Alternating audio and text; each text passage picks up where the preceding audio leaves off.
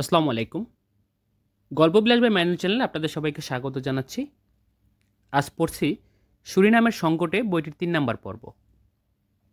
Surinam নদীর উত্তর তীরে নদীটির একমাত্র ব্রিজের পশ্চিম পাশে সুরিনাম হাইওয়ের গায়ে ঘেঁষে বিশাল এলাকা জুড়ে পার্লামেন্ট কমপ্লেক্স।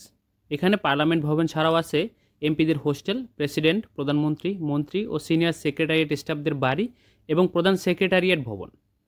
তখন সকাল 10:30। প্রেসিডেন্ট ভবনের গাড়ি বারান্দাটা নদীর গা ঘেঁষা। জনসাধারণের জন্য এটা নিষিদ্ধ এলাকা। প্রেসিডেন্ট ভবনের অফিসিয়াল অংশ হলো সুরিনাম হাইওয়ে সংলগ্ন পূর্ব দিকে। ফ্যামিলি গাড়ি বারান্দার ঠিক ওপরে দোতলার ফ্যামিলি ড্রয়িং রুম, রুদ্ধদ্বার ড্রয়িং রুম। ড্রয়িং রুমে কথা বলছেন 3জন লোক। একজন জুলেস মেন্ডেল, সুরিনামের অন্তর্বর্তীকালীন সরকারের প্রেসিডেন্ট। অন্যজন Ronaldo Ranglal, Suriname Peoples Congress এর সভাপতি। আর তৃতীয়জন হলেন দক্ষিণ আমেরিকার চরমপন্থী হিন্দু সংগঠন মায়ের সূর্য সন্তানের সুরিনাম শাখার সভাপতি তিলক লাজপত পাল। 3জনই ভয়ঙ্কর গম্ভীর। কথা বলছিল রঙ্গলাল। বলছিল, আমাদের সব আশা দেখি গুড়েবালি হবার পথে। রিপাবলিকান পার্টির একটা সূত্র থেকে খবর পাওয়া গেল আহমদ হাত্তা নাসিমুন গতরাতে পারামারেবেতে পৌঁছেছেন।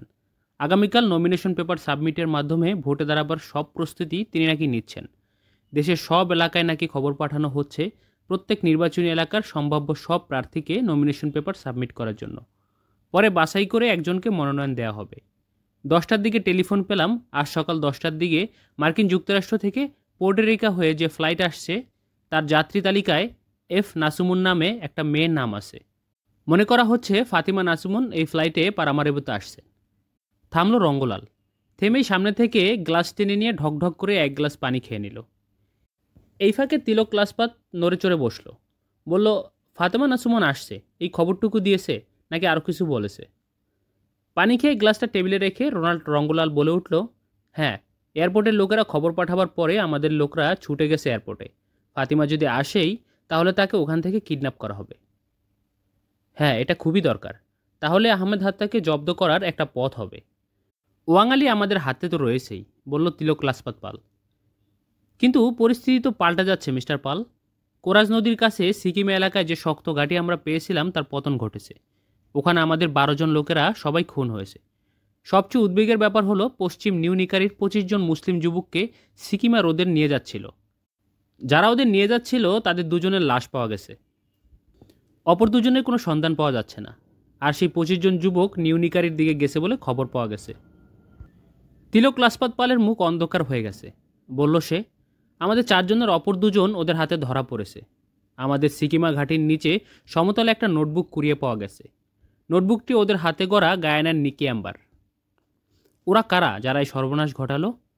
ওদের 2জনের কাছ থেকে তো ওরা সব কিছু জেনে নেবে। ওরা কারা জানতে পারলে তো ল্যাঠাই চুকে যেত। দেখে নিতাম ওদের। তবে ওই দুর্গম অঞ্চলে কে যাবে? আমার যতদূর মনে হয় স্থানীয় কেউ বা কিছু লোক সুযোগ বুঝে এই কাজ করেছে, বলল তিলক লাজপত পাল। আপনি বিষয়টাকে যত সহজ করে দিলেন, বিষয়টা কি অতই সহজ? বলুন তো, গতরাতে আমাদের অত লোককে খুন করে দুর্ভেদ্য স্থান থেকে ওভান্ডকে মুক্ত করে নিয়ে গেল কে? মাত্র একজন এসে এত বড় কাণ্ড ঘটিয়ে গেছে বটে, কিন্তু সে অবশ্যই একা নয়। এদেরকে ছোট করে দেখা যায় না, বলল রোনাল্ড রঙ্গলাল। সে থামতেই তিলক লাজপত পালের মোবাইল বেজে উঠল। মোবাইল তুলে নিল তিলক লাজপত পাল। কথা শুরু করল হাসি মুখে। কিন্তু ওই পাশের কথা শুনে মুহূর্তেই তার মুখে অমাবস্যার অন্ধকার নেমে এলো। সব কথা শুনে মোবাইল রাখতে রাখতে সে বলল, আরেকটা উদ্বেগজনক খবর। ওভান্ডোর স্ত্রীকে ধরার জন্য 2 গাড়ি লোক পাঠানো হয়েছিল। ওরা কেউ ফিরে আসেনি এবং কোনো খবরও দেয়নি। শুষ্ক কণ্ঠ লাজপত পালের। কি বলছেন মিস্টার লাজপত? 10-12 জন লোক হাওয়া হয়ে গেল? খোঁজ নেবার জন্য ওখানে কোনো লোক যায়নি, বলল রোনাল্ড রঙ্গলার উদ্বিগ্ন কণ্ঠে।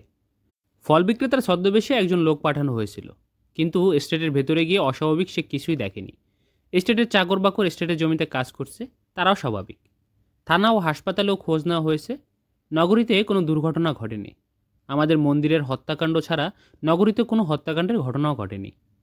ওভান্ডো বাড়িতে ফিরে আসার ঘটনা পুলিশ জানে, কিন্তু ও বাড়িতে গতরাতে কিছু ঘটার কথা পুলিশ বলেনি। সোফায় ঠেস দিয়ে বসল রোনাল্ড রঙ্গলাল। তার চোখে মুখে হতাশা। দীর্ঘ নীরবতা ভেঙে প্রেসিডেন্ট জুলেস মেন্ডেল বললেন, আপনারা কি ভাবছেন জানি না, তবে আমি মনে করছি সিকিমার ঘটনা এবং আহমেদ হাত্তা ও ফাতেমা নাসিমুনের ফিরে আসার ঘটনা পরস্পর বিচ্ছিন্ন নয়। এখন ওভান্ডো উদ্ধার হওয়া ও ওভান্ডোর বাড়িতে পাঠানো 2 গাড়ি মানুষ গায়েব হয়ে যাওয়ার ঘটনাকে আগের 3 ঘটনার সাথে জোড়া দেওয়া যায় কিনা দেখুন। প্রেসিডেন্ট থামতেই রোনাল্ড রঙ্গলাল বলে উঠল, আগের 3 ঘটনাকে একসাথে জুড়ে দেওয়া যায়, তবে ওবান্ডোর বাড়িকেন্দ্রিক ঘটনা মনে হয় বিচ্ছিন্নই। ওবান্ডোদের পরিবার একেবারে অরাজনৈতিক। থামল রোনাল্ড রঙ্গলাল। সঙ্গে সঙ্গেই কথা বলে উঠল লাজপত পাল। বলল, আমার মনে হয় ওবান্ডোর আলোচনা এখন থাক। দুগারি মানুষকে গায়েব করার সাধ্য ওবান্ডো পরিবারের নেই। সে দুগারি মানুষ কোথায় গেল, ওবান্ডো মুক্ত হলো কিভাবে, এই বিষয়টা আমরা পরে দেখব। যে কোনো সময় আমরা হাতে টিপে মারতে পারি ওবান্ডো পরিবারকে। আজ রাতে সময় হলে আমি নিজে আর এক অভিযানের নেতৃত্ব দেব। এ বিষয়টা থাক, এখন আমরা আহমেদ হাত্তার আলোচনায় আসি। কালকে নমিনেশন পেপার সাবমিটের গুরুত্বপূর্ণ দিন, যা সিদ্ধান্ত নেওয়ার আজকেই নিতে হবে। থামল লাজপত পাল। সঙ্গে সঙ্গে কেউ কোনো কথা বলল না, সবাই ভাবছে। নীরবতা ভাঙল স্বয়ং প্রেসিডেন্ট। বলল, মার্কিন পররাষ্ট্র দপ্তর থেকে একটা নোট পেয়েছি। নোটে তারা বলেছে, সুরিনামের সাবেক প্রধানমন্ত্রী আহমেদ হাত্তা নাসুমনকে তারা মার্কিন যুক্তরাষ্ট্রের একটি বাড়ি থেকে বন্দি অবস্থা থেকে উদ্ধার করে। বাড়িটা ইহুদি গোয়েন্দা ও ভারতীয় আমেরিকানদের একটা সংস্থার নিয়ন্ত্রণে ছিল। মার্কিন যুক্তরাষ্ট্র মনে করে সুরিনামের কোনো রাজনৈতিক পক্ষের স্বার্থে ওরা তাকে ওভাবে বন্দি করে রাখে। মার্কিন যুক্তরাষ্ট্রের এই নোটের ভালো মন্দ দুটি দিক আছে। মন্দ দিক হলো আহমেদ হাত্তার যাই ঘটুক সে ব্যাপারে মার্কিন যুক্তরাষ্ট্রের একটা আগ্রহ থাকবে, আর ভালো দিক হলো আহমেদ হাত্তা যাই ঘটুক তা মার্কিন যুক্তরাষ্ট্রের কাছে নতুন বলে মনে হবে না। তারা মনে করবে পুরনো সেই রাজনৈতিক বৈপরীত্য থেকেই ঘটনা ঘটেছে।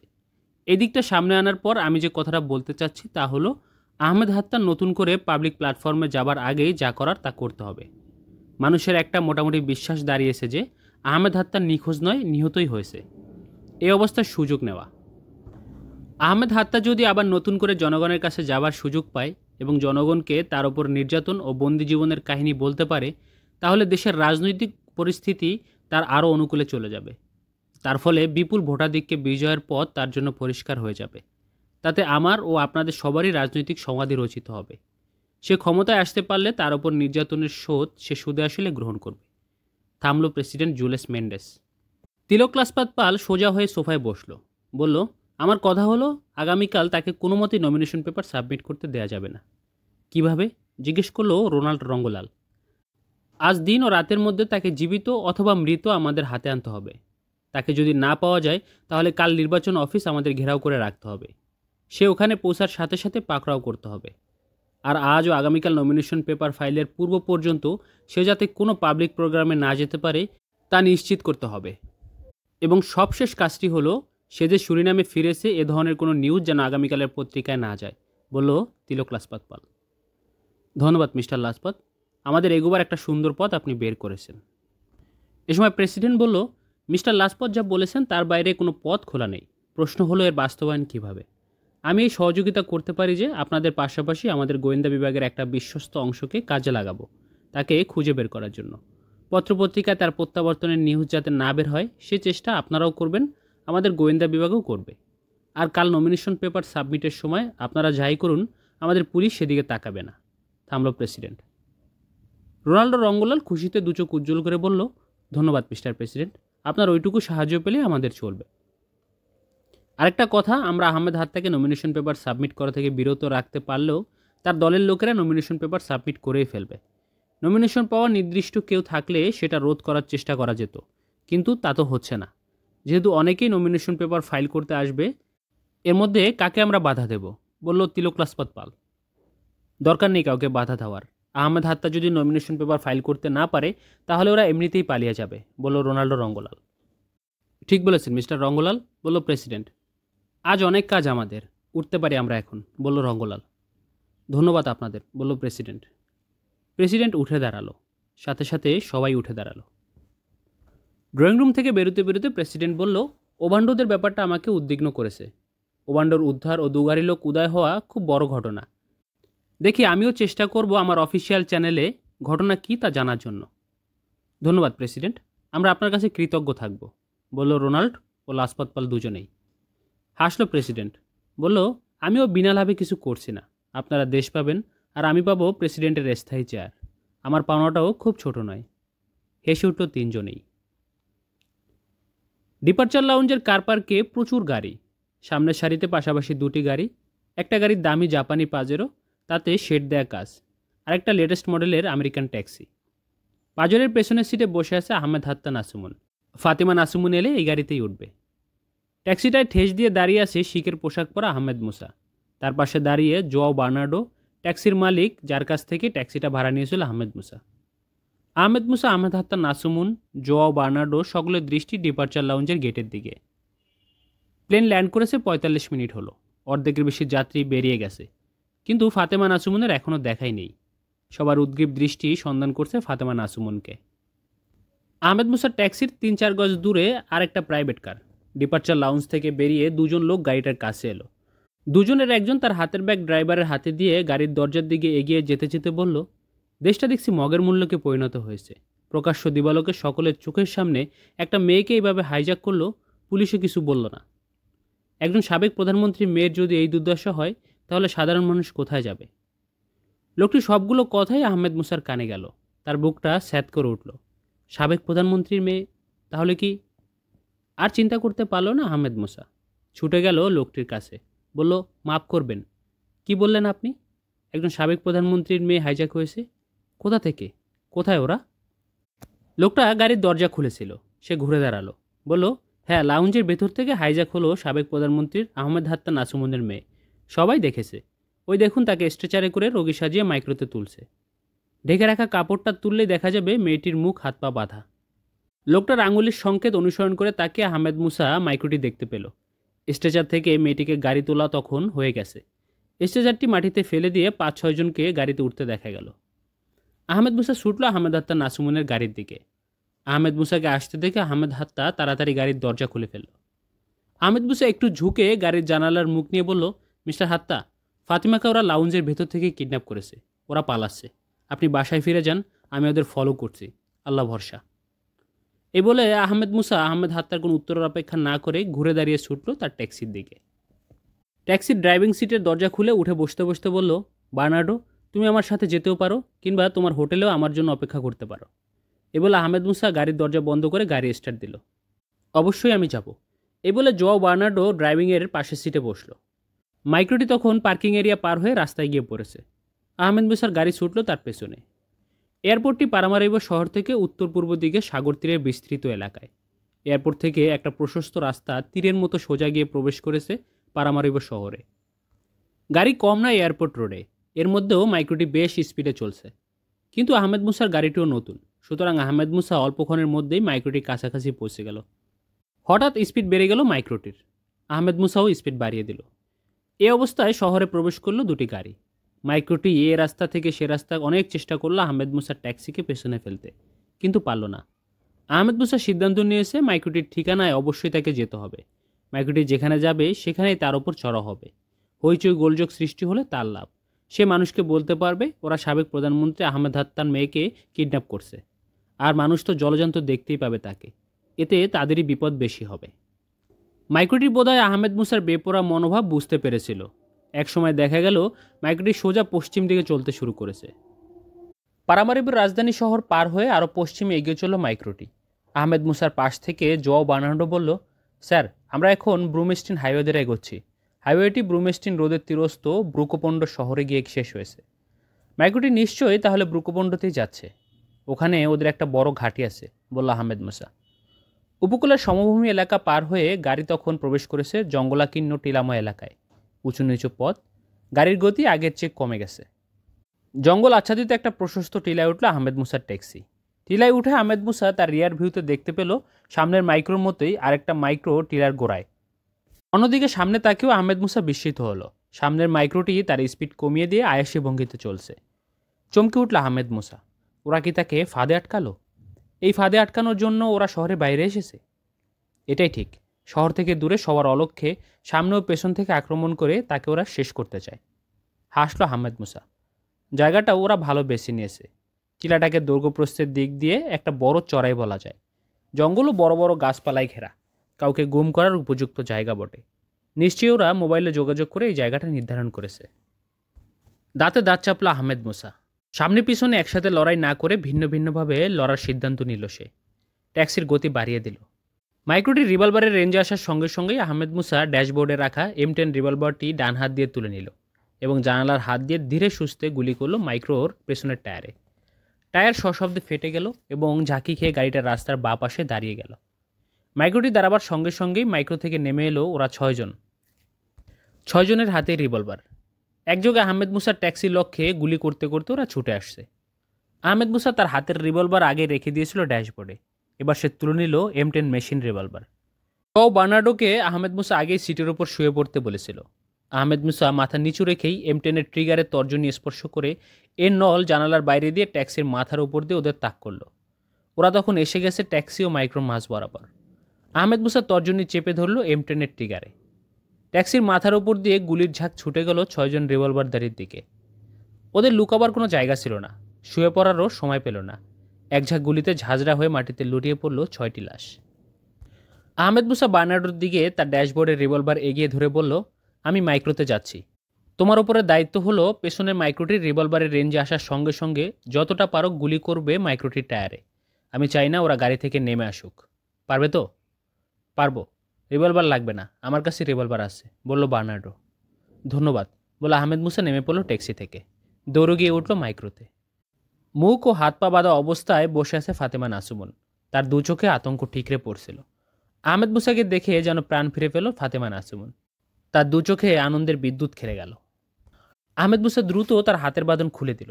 বলল, আরেকটা মাইক্রোতে ওরা আসছে, আমি ওদিকটা দেখি, তোমার বাঁধনগুলো খুলে নাও তুমি। এই বলে আহমেদ মুসা ছুটে গেল মাইক্রোর পেছন দিকে। M10-এর বার দিয়ে মাইক্রোর পেছনের কাজ কিছুটা ভেঙে ফেলল। দেখলো পেছনের মাইক্রোটি উঠে এসেছে টিলায়, ছুটে আসছে ট্যাক্সির দিকে। আরও কিছুটা আসতেই রিভলভারের গর্জন করে ওঠার শব্দ পেল আহমেদ মুসা। পরপর কয়েকটি গুলোর শব্দ। খুশি হলো আহমেদ মুসা। বার্নার্ডো ঠিক সময় গুলি করেছে। গুলি খাওয়ার পরক্ষণেই বাঁ দিকের চাকা হারিয়ে মাইক্রোটি বাঁ দিকে একটু কাত হয়ে মুখ থুবড়ে পড়ল। সঙ্গে সঙ্গে মাইক্রোটি থেকে গুলি করতে করতে 5 জন লোক নেমে এলো। তাদের সবার হাতে স্টেনগান। তাদের লক্ষ্য ট্যাক্সিটি। ছুটে আসছে ওরা ট্যাক্সির দিকে গুলি বৃষ্টি করতে করতে। ওরা তখন ট্যাক্সি ওদের মাইক্রোর মাঝামাঝি জায়গায়। আহমেদ মুসার তর্জনী চেপে ধরল M10-এর ট্রিগার। গুলির ঝাঁক বেরিয়ে যেতে থাকলো M10 থেকে। ওরা মাইক্রোর দিক থেকে আক্রমণ আশা করেনি, লক্ষ্য ছিল ওদের ট্যাক্সির দিকে। সুতরাং M10-এর গুলি ওদের অরক্ষিত অবস্থায় পেল। মুহূর্তেই ঝাঁঝরা হয়ে গেল দেহ। 5টি লাশ আছড়ে পড়ল রাস্তায়। এদিকে ফাতেমা তার মুখ ও পায়ের বাঁধন খুলে ফেলেছিল। আহমেদ মুসা এগিয়ে গেল ফাতেমার কাছে। বলল, তুমি ঠিকঠাক আছো ফাতেমা? কেঁদে উঠল ফাতেমা, কোনো কথা বলতে পারল না। আহমেদ মুসা বলল, কেঁদো না বোন, আল্লাহ আমাদের সাহায্য করেছেন। এই বলে মাইক্রো থেকে নামতে নামতে আহমেদ মুসা আবার বলল, এসো ট্যাক্সিতে যাই। আহমেদ মুসা ও ফাতেমা এলো ট্যাক্সির কাছে। দেখলো বার্নার্ডো শো অবস্থা থেকে উঠে বসেছে। আহমেদ মুসা বলল, বার্নার্ডো, তুমি ঠিক সময় গুলি করেছো, ধন্যবাদ তোমাকে। বার্নার্ডো ড্রাইভিং সিটের পাশেই তার সিটে ফিরে আসতে আসতে বলল, স্যার, আপনি যে অসাধ্য সাধন করলেন এজন্য কে ধন্যবাদ দেবে আপনাকে? আহমেদ মুসা হাসলো, বলল, আমি ধন্যবাদ চাই না, আমি আল্লাহর সন্তুষ্ট চাই বার্নার্ডো। এই বলে আহমেদ মুসা গাড়ির দিকে মনোযোগ দিল। বলল, আলহামদুলিল্লাহ, গাড়ির চাকাগুলো ঠিক আছে, কিন্তু বডি শেষ হয়ে গেছে। আমরা বাঁচলেও তোমার গাড়ি ঝাঁঝরা হয়ে গেছে। গাড়ির পেছনের দরজা খুলে ফাতেমাকে বসতে দিল আহমেদ মুসা। ফিরে এলো তার ড্রাইভিং সিটে। ছুটে চলল গাড়ি পারামারিব শহরের দিকে। একসময় মুখটা পেছনের দিকে একটু ঘুরিয়ে বলল, ফাতেমা, বাড়ি যাওয়া ঠিক হবে না। তোমার আব্বাও বাড়িতে থাকছেন না। তোমাদের পার্টির বেনামি কতগুলো বাড়ি আছে, তার ওই একটিতে তোমার আব্বা সহ আমরা উঠেছি। আমরা সেখানে এখন যাব। আপনার মত আমার মত ভাইয়া, বলল ফাতেমা। সামনেই বাড়ি। বাড়ির কাছাকাছি পৌঁছতে আহমেদ মুসা দেখল বাড়ির সামনে জটলা। অস্বাভাবিক মনে হলো ব্যাপারটা আহমেদ মুসার কাছে। গাড়ি বারান্দায় পৌঁছার আগেই আহমেদ মুসা গাড়ি দাঁড় করালো। গাড়ি থেকে নামার আগে ফাতেমাকে বলল, তুমি গাড়িতে থাকো, ঘটনা কি আমি দেখি। আহমেদ মুসা নামলো গাড়ি থেকে।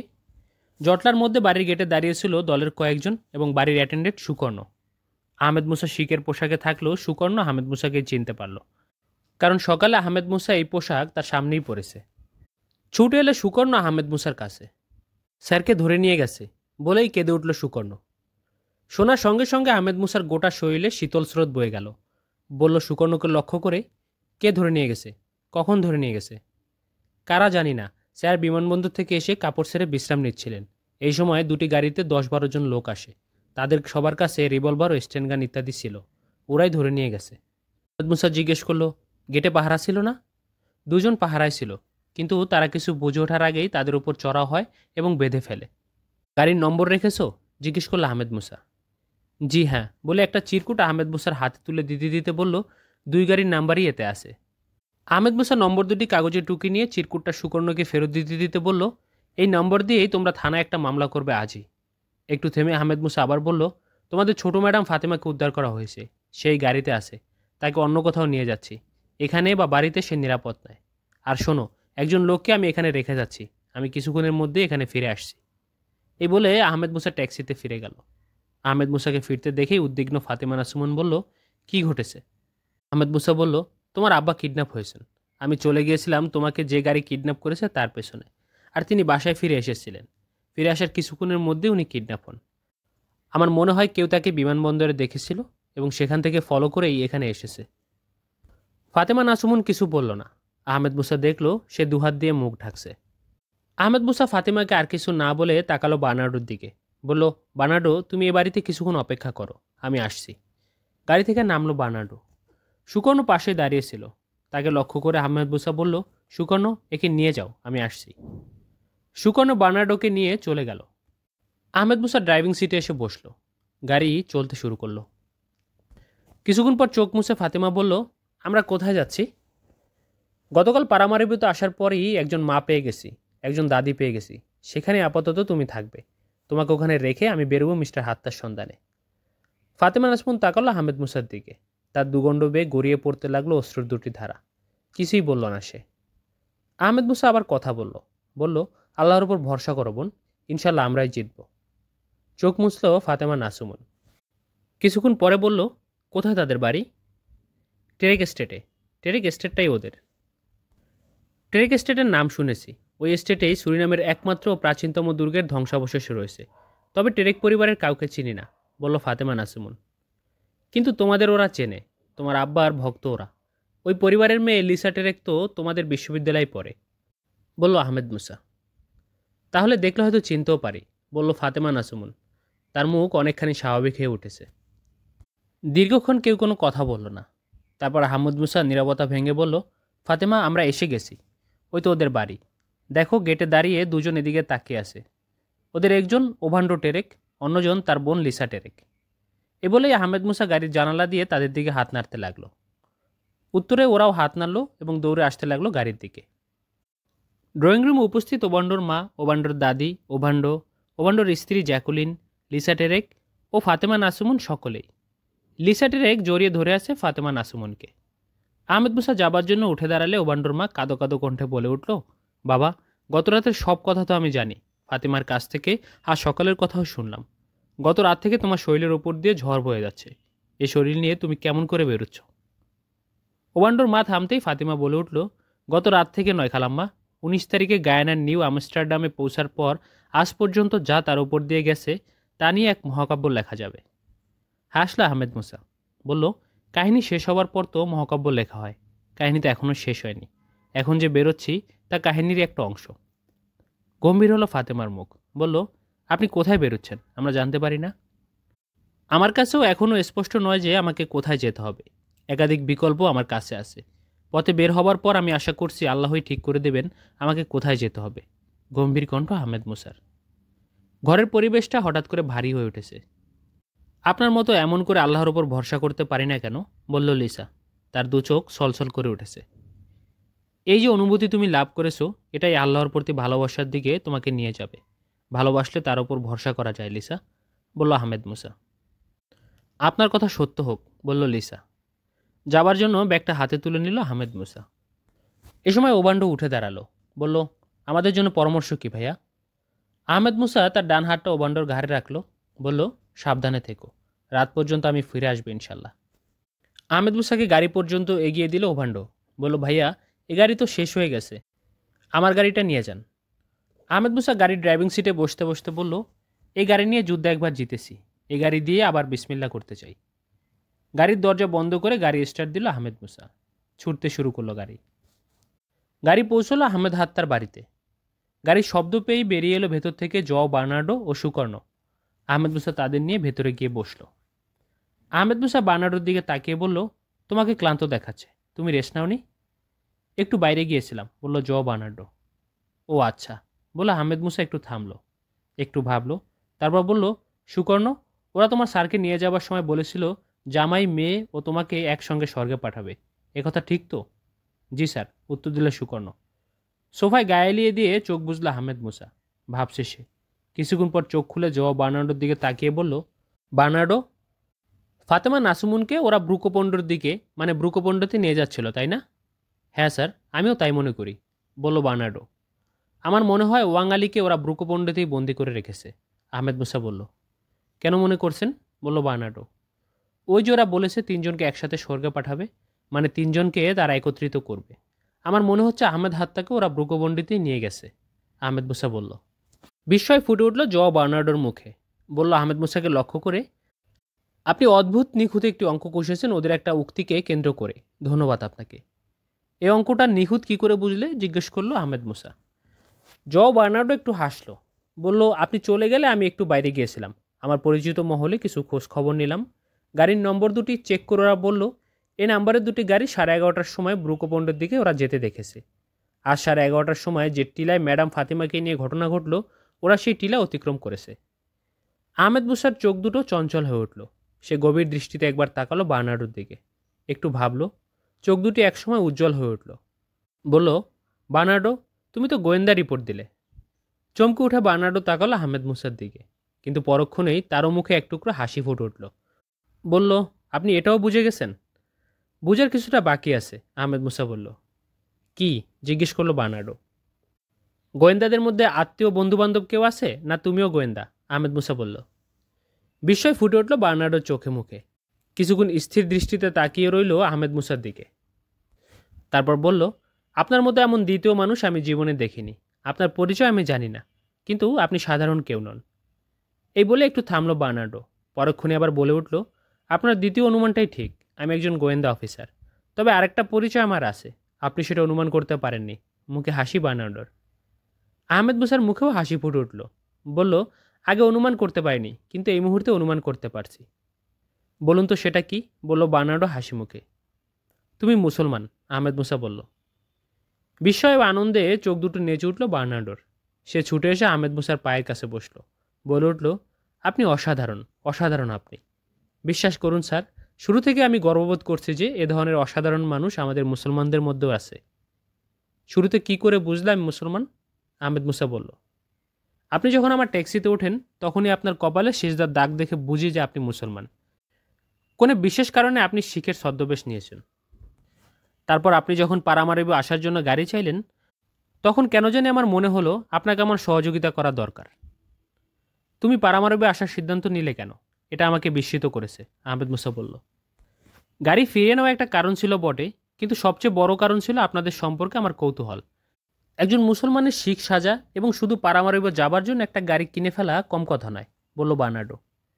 কিন্তু তোমার নাম জোয়া বার্নার্ডো কেন? জিজ্ঞেস করল আহমেদ মুসা। সে অনেক কথা। কোপেনিস নদী তীরের উইটাগ্রো এলাকায় আমার বাড়ি। উইটাগ্রো সহ চারদিকের লোকেরা ছিল ট্রাইবাল ধর্মে বিশ্বাসী। দুর্গম এলাকা বলেই হয়তো সেখানে তখনও কোনো এশিয়ান যায়নি। উইটাগ্রোতে তখন ছিল একটাই স্কুল, মালিক ছিল ক্যাথলিক খ্রিস্টানরা। সেই স্কুলে ভর্তি হতে হলে সবাইকে কোনো ইউরোপীয় নাম নিতে হতো, তা না হলে বিনামূল্যে বই, টিফিন ও অর্থ সাহায্য পাওয়া যেত না। সেই জন্য সবাই ইউরোপীয় নাম নিয়ে স্কুলে ভর্তি হতো। সবার মতো আমিও আমার মুসলিম নাম মহসিন মোহাম্মদ পরিবর্তন করে ইউরোপীয় নাম নিয়েছি, বলল জোয়া বার্নার্ডো। তোমার মুসলমান নাম তো খুব সুন্দর। এ বলে আহমেদ মুসা একটু থামলো। পরক্ষণেই বলে উঠল, এসো এবার কাজের কথা আসি মহসিন বার্নার্ডো। কী করা যায় বলো তো? এটা বোধ হয় নিশ্চিত আহমেদ হাত্তাকে ওরা ব্রুকোপন্ডতেই নিয়ে গেছে। বার্নার্ডো একটু ভাবলো, তারপর বলল, সুরিনামের অতিরিক্ত আইজিপি এবং পারামারিবোর সহকারী পুলিশ কমিশনার সাবেক প্রধানমন্ত্রী আহমেদ হাত্তার সমর্থক। তারা ভালোবাসেন আহমেদ হাত্তাকে। তাদের একটা পরামর্শ নেওয়া যায় কি না চিন্তা করে দেখুন। আহমেদ মুসার মুখ উজ্জ্বল হয়ে উঠল। বলল, তাদের সাথে কি তোমার জানাশোনা আছে? হ্যাঁ, অতিরিক্ত আইজি আমার ট্রেনার ছিলেন। তিনি আমাকে খুব স্নেহ করেন। গোয়েন্দা বিভাগের জন্য তিনি আমাকে বাছাই করেন। আর পারামারিবোর সহকারী পুলিশ কমিশনার আমার এলাকার লোক। তিনি আমাকে উৎসাহ দিয়ে পুলিশে ঢুকিয়েছেন, বলল বার্নার্ডো। আলহামদুলিল্লাহ, খুব সুখবর দিলে তুমি। কিন্তু বলো তো ওরা কোন ধর্মের, কোন এলাকার লোক? আহমেদ মুসা জিজ্ঞেস করল। সহকারী পুলিশ কমিশনার কোন এলাকায় তা তো আমি আগেই বলেছি। তিনি আফ্রো ইউরোপীয় জাতিগোষ্ঠীর এবং খ্রিস্টান। সৎ ও স্বাধীনচেতা অফিসার বলে সামরিক সরকারের আমলে তিনি অনেক নিগ্রহের শিকার হন এবং তার পদোন্নতি ঘটে।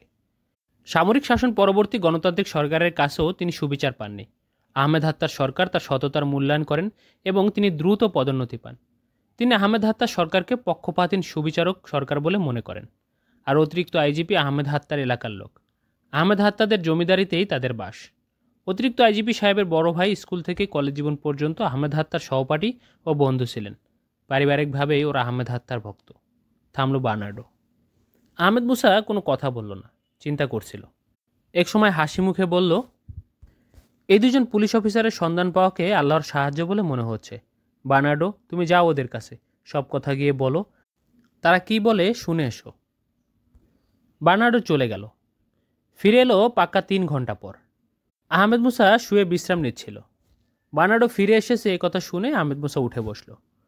বার্নার্ডো যেমন ছুটে বেরিয়ে গিয়েছিল তেমনি ছুটে ঘরে প্রবেশ করলো। তার হাতে একটা বড় প্যাকেট এবং মুখে হাসি। তোমাকে তো খুব খুশি দেখাচ্ছে, মিশন সফল? জিজ্ঞেস করলো আহমেদ মুসা। বার্নার্ডো হাসতে হাসতে বলল, মিশন সফলও বলবো না, ব্যর্থও বলবো না। আমি প্রথমে দেখা করেছি অ্যাডিশনাল আইজির সাথে, দেখলাম ঘটনা তারা জানতে পেরেছেন, কিন্তু হোম মিনিস্ট্রি এই ঘটনার সাথে পুলিশকে জড়িত হতে নিষেধ করেছেন। তিনি বলেছেন এ ব্যাপারে পুলিশের পক্ষে কিছুই করা সম্ভব নয়, সুতরাং যা কিছু করার বেসরকারিভাবে করতে হবে। এই বলে তিনি আমাকে নির্দেশ দিলেন সহকারী পুলিশ কমিশনারের সাথে সাক্ষাৎ করতে। তিনি যা বলার পুলিশ কমিশনারের কাছে বলে দিলেন। এলাম সহকারী পুলিশ কমিশনারের কাছে। উদ্ভূত পরিস্থিতির জন্য তিনি দুঃখ প্রকাশ করলেন। বললেন, আমাদের কিছুই করার নেই। অন্তর্বর্তীকালীন সরকার কাগজে কলমে নিরপেক্ষ, কিন্তু কাজ করছেন সুরিনাম পিপলস কংগ্রেসের রোনাল্ড রঙ্গোলাল এবং মায়ের সূর্য সন্তানের তিলক লাজপাত পালের নির্দেশে। স্যারের সাথে আমার কথা হয়েছে, আমরা এটুকু করতে পারি, পুলিশের একটা গাড়ি ও কিছু পোশাক তোমাদের দেব, যা কিছু করার তোমাদের করতে হবে। একটু দম নিয়েই বার্নার্ডো তার হাতের প্যাকেটের দিকে ইঙ্গিত করে বলল, এতে পুলিশের পোশাক রয়েছে, আর গাড়িটা ঠিক 5টায় আমাদের গলির মুখে থাকবে। থামলো বার্নার্ডো। আহমেদ মুসা বলল, মিস্টার হাত্তা এখন কোথায়, সে ব্যাপারে কিছু বলেনি? হ্যাঁ বলেছেন, সর্বশেষ গোয়েন্দা রিপোর্ট অনুসারে ব্রুকোপন্ডর শিবাজি কালী মন্দিরের পেছনে মানে পশ্চিম দিকে একটা বাড়ি আছে। সে বাড়ির পরেই একটা বিরাট জিমনেশিয়াম আছে। জিমনেশিয়ামটা জঙ্গি সংগঠন মায়ের সূর্য সন্তানের ট্রেনিং কেন্দ্র। এর এই আন্ডারগ্রাউন্ড ফ্লোরে মিস্টার হাত্তাকে রাখা হয়েছে, বলল বার্নার্ডো। আলহামদুলিল্লাহ, খুব মূল্যবান ইনফরমেশন দিয়েছেন ওরা।